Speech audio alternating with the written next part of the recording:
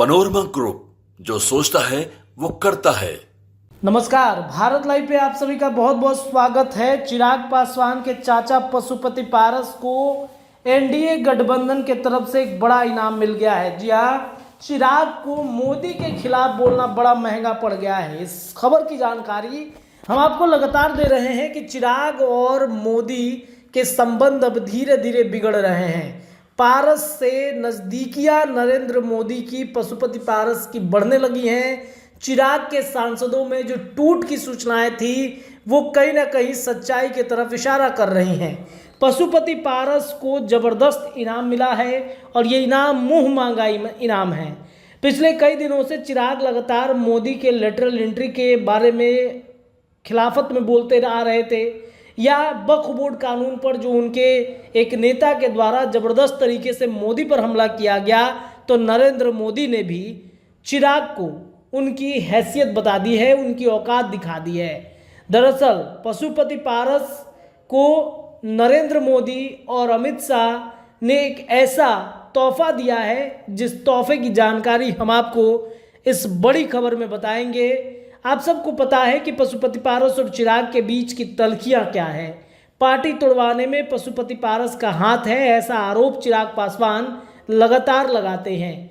पशुपति पारस के पास चिराग के सभी सांसद चले गए थे, लेकिन 2024 में परिस्थितियां बदली। चिराग के 5 सांसद जीते, खुद चिराग पासवान केंद्र में मंत्री बन गए।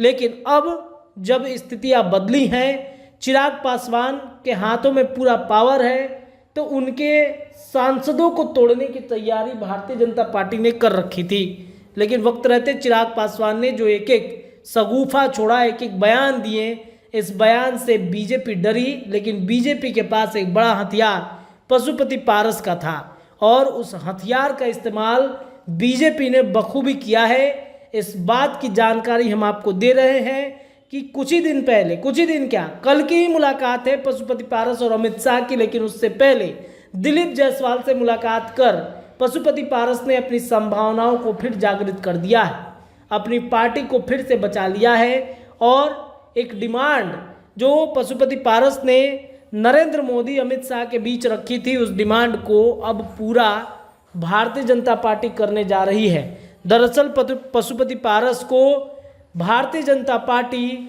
गवर्नर बनाने जा रही है। जी हाँ, इस बात की जानकारी पूर्व से हम आपको लगातार देते आए हैं।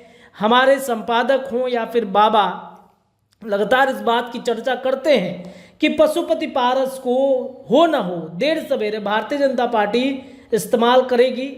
और एक बार फिर से पशुपति पारस को भारतीय जनता पार्टी ने सीरियस लिया है और ऐसी खबरें आ रही हैं कि पारस को मुंह मांगा इनाम बीजेपी देने जा रही है। और वो इनाम ये है कि पारस को गवर्नर बनाया जाएगा। पारस गवर्नर बनने जा रहे हैं। ये कहाँ के बनेंगे अभी तक इस बात की जानकारी नहीं है, लेकिन पारस और अमित शाह की गुप्त मुलाकात ने सारे भेद को आज खोल दिए हैं। पारस गवर्नर बनेंगे और इससे चिराग को एक बड़ा झटका लगेगा।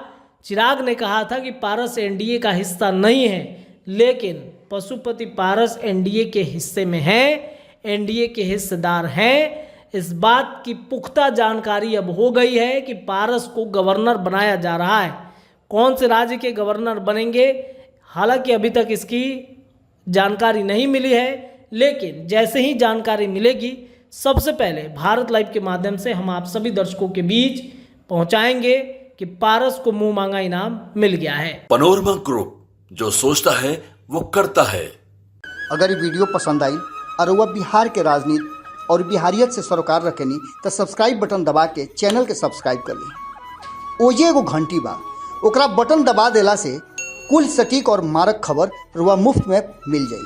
अगर रुआ पत्रकारिता के हमनी के नया प्रयोग में सहयोग कर चाहतानी तो ज्वाइन बटन दबा दी। पेटीएम नंबर नोट कर ली 9386816700। धन्यवाद।